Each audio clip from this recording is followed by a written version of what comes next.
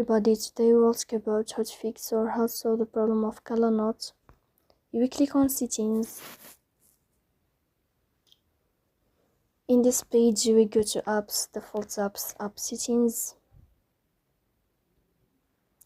On above you will search about ColorNote app. Here in this page you will click on first stop and you will click OK. Then you will enter to the window of storage. Then you will click on clear cache. In the end you will go to Play Store.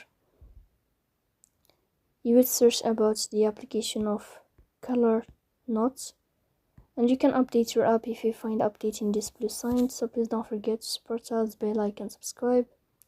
See you next time, and thank you for your watching.